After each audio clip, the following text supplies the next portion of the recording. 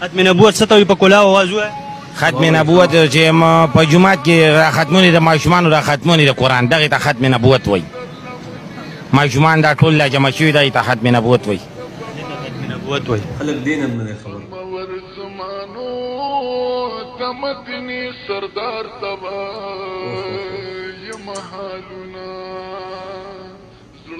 لړ شه ورسره په دې تندي ښکل که د جومات امام وایي. استاد جي ما ته ووایه چې ختم نبوت څه ته وایي. ښه جي ښه صحیح ده جي.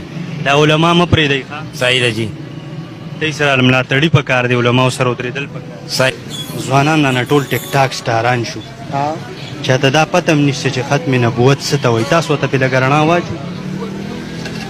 بس هغه خبره اسلام ته وایي نو زه ځای په ځای تپوس کوم چې بهایي ختم نبوت دا ویډیو خپلو زنانو ته م ورسوئ، بچو ته م ورسوئ، په خپله یې زده کوئ. ټیم دله نه خرابوم، تاسو د کار ټیم دی. ته څه وایې نه چلو زه خو بیخي نشم ختم نبوت زده کړه به کوو که نه لاله؟ بالکل کارونه خو نه ختمېږي، دا به ټول عمر وي. دا کم حالات دی د ملک او اواز باندې ورته ووایه. حاجي ختم نبوت څه ته وایي؟ ختم نبوت د پیغمبر علیه السلام محبت په زړه کې اچول، هغې سره جذبات راوچېدل، دې ته ختم نبوت دی. لکه دا د پیغمبر علیه السلام هغه لنډ پروګرام دی ټوله، لکه هاخوا دېخوا پروګرام نه دی، لکه زمونږ د نبي علیه السلام لنډ دې ته ختم نبوت وي. دوی ولې دا نوم ایښی دی. لکه لاله دا ولې چا ایښی؟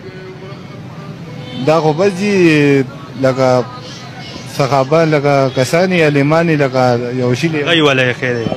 ښه زه درته یو خبره کوم، زما مشر اپه کېږو به نه ګورې. دا پروګرام په دې خاطر شیړو چې زده کړه وکړو. وروره بچی دې ډېرو ته پته نشته چې ختم نبوت څه ته وایي. ته ورته ووایه. ختم نبوت خو بس نبي سلام باندې نبوت دروازه بنده شوې ده، او د هغې نه بس بل نبي راته ووایه نشته. په دې زموږ عقیده ده، دې ته ختم نبوت وایي.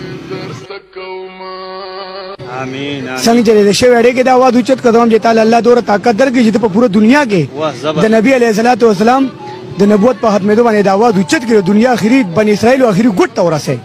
او ان شاء الله زمونږ د ځوانانو د بوډاګانو د تورسرو دا وتا سره ان شاء الله دعاګانې ان شاء الله. جناب په کور کې د موږ د خپلو زنانو نه تپوس وکړو چې ختم نبوت څه ته وایي.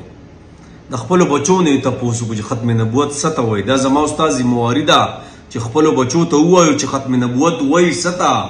ختم نبوت په ساده و الفاظو کې زمونږ چې کوم نبي دی محمد رسول الله صلی الله علیه وسلم هغه آخري نبي دی، بل نبي نه راځي.